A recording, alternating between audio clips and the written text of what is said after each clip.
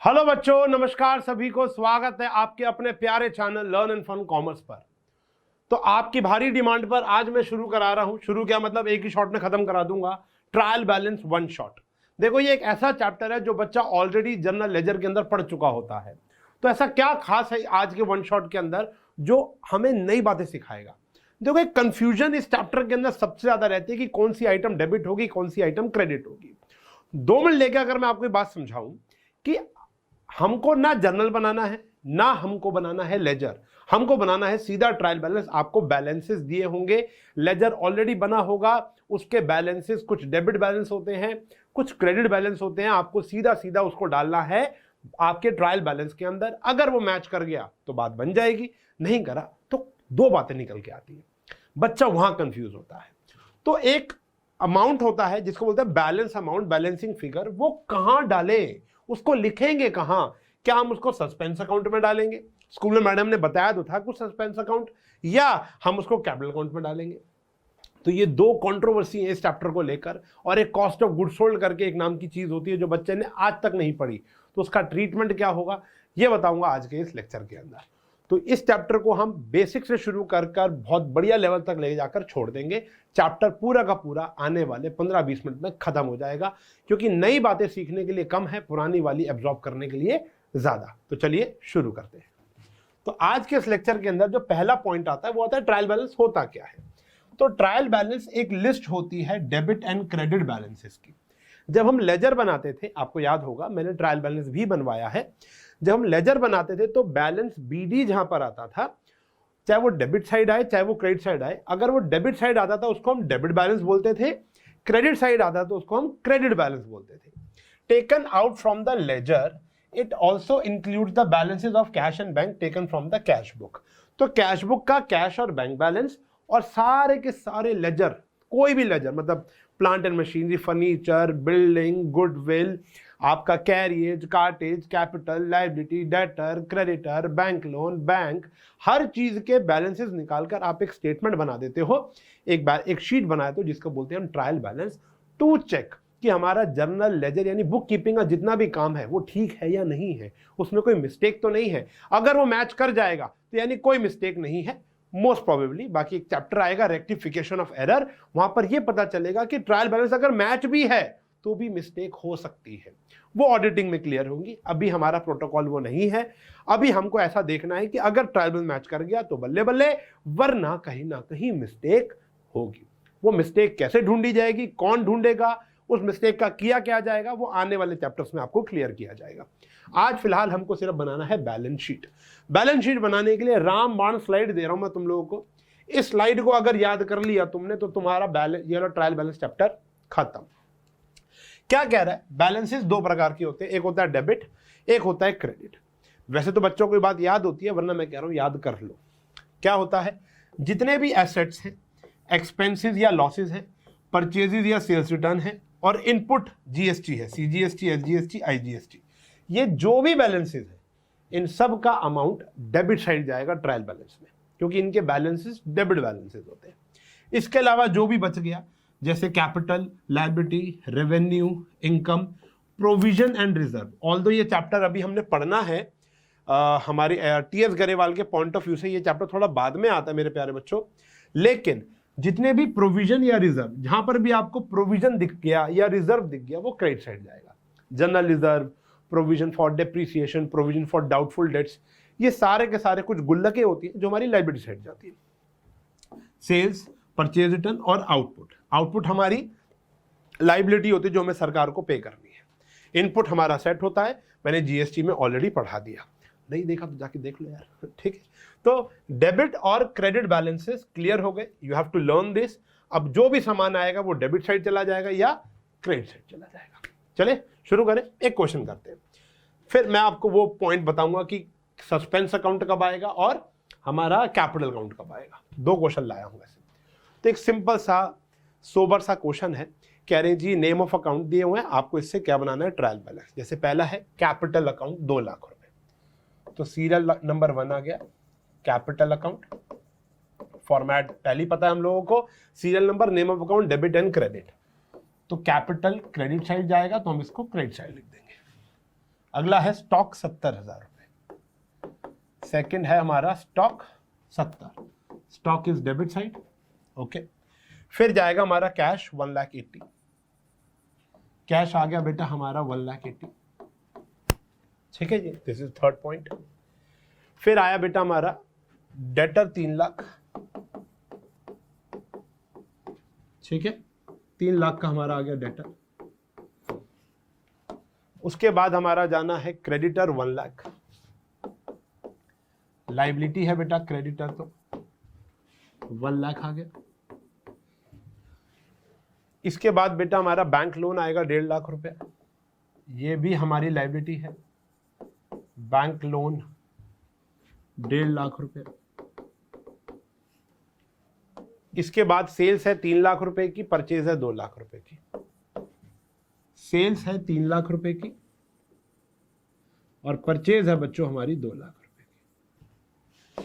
ये आ गई हमारी परचेजेस, ये आ गया 7, ये आ गया 8। ठीक है जी, टोटल करेंगे बेटा, तो टोटल करेंगे कितना आ गया, 5, 6, 7, 7.5 लाख रुपए ये आ गया। सारा सामान डालने के बाद अगर हमारा काम ठीक है तो ट्रायल बैलेंस मैच करना चाहिए। 2, 5, 2.5 कितना आ गया बेटा, ये भी 7.5 लाख। तो यानी हमारा काम बिल्कुल बल्ले बल्ले वाला है। This is trial balance, nothing else. Officially trial balance खत्म हो चुका है। ठीक है जी, लेकिन 2 बातें हैं जो बड़ी इंपॉर्टेंट है, मतलब वही पेपर में पूछी जाएंगी, और अगर अभी आपने आगे नहीं देखा तो वो बातें मिस हो जाएंगी। चले देखें, तो ये क्वेश्चन है जिसके अंदर बहुत सारा सामान है, हम यहाँ पे डिस्कस कर लेते हैं। जैसे कैपिटल अकाउंट क्रेडिट साइड जाएगा, फर्नीचर डेबिट जाएगा, ये भी debit, debit, debtors debit, creditors credit, bad debt नुकसान, बैड डेट हो गया ना, तो ये डेबिट जाएगा, stock debit, purchase debit, input all debit, output all credit, sales revenue होता है क्रेडिट, क्रेडिट बैलेंस है तो क्रेडिट ही जाएगा, यानी this is bank overdraft. Purchase return credit जाएगा, कमीशन क्रेडिट है, क्रेडिट ही जाएगा, सेल्स रिटर्न डेबिट है, एडवर्टीजमेंट डेबिट है, जो चिल्लाकर कह रहे हैं डेबिट तो डेबिट ही है, कैश बैलेंस डेबिट है, इंश्योरेंस एंड टैक्सेस डेबिट है, सैलरीज डेबिट है, आउटपुट क्रेडिट है। ठीक है जी, ये सारा सामान आ जाएगा, हमारा ट्रायल बैलेंस तैयार हो जाएगा।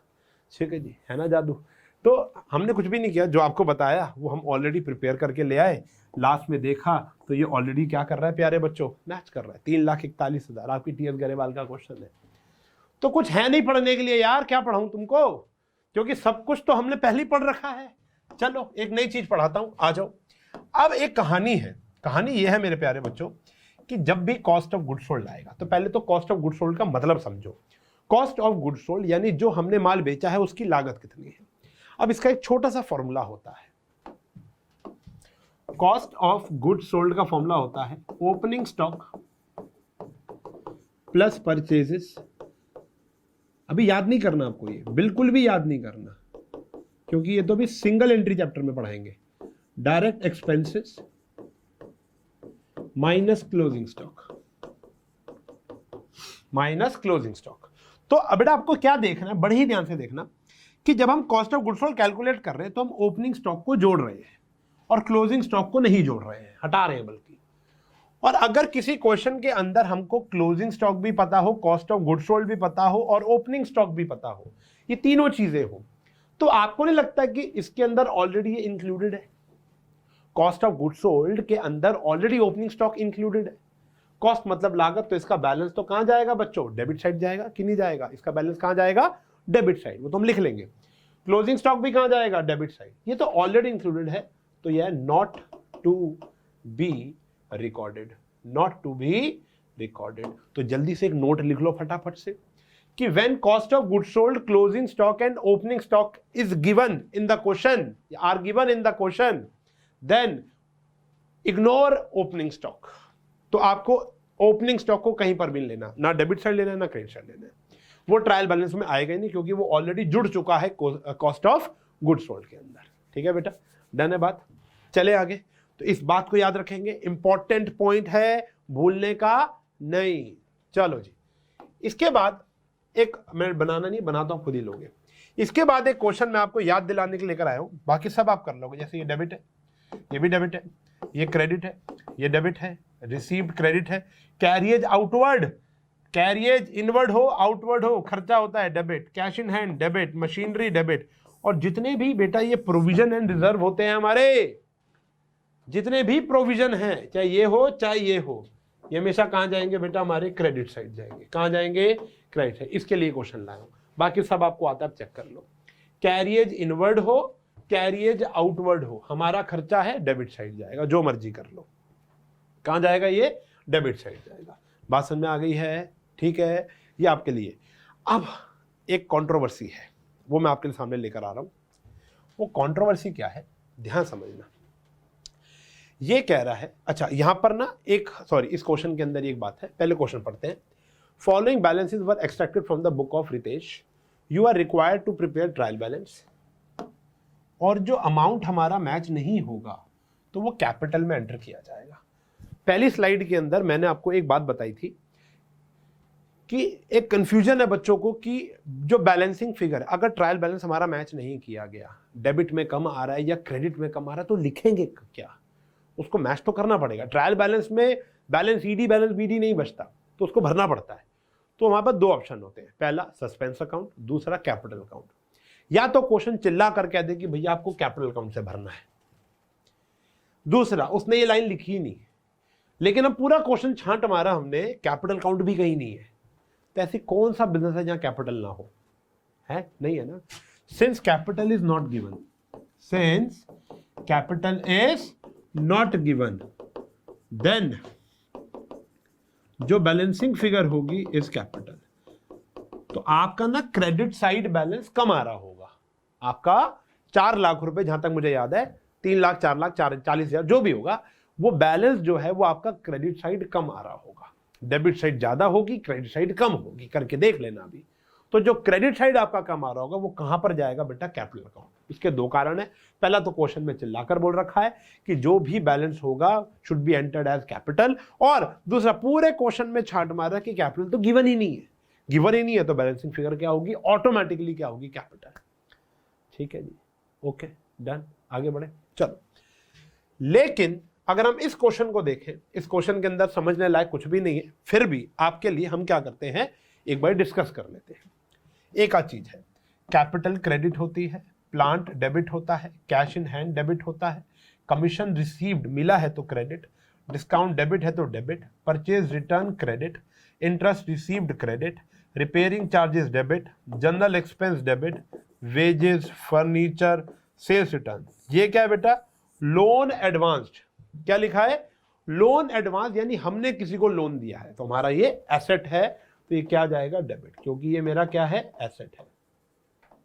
Office salaries debit, building debit, closing opening stock debit, cash at bank debit, insurance debit, ये तो खुद ही क्रेडिट कह रहा है, ये भी क्रेडिट, क्रेडिट, बैड डेट, ये क्या है, बैड डेट नहीं है, ये है बुक डेट्स। बुक डेट्स यानी डेटर, डेटर का दूसरा नाम होता है बुक डेट्स।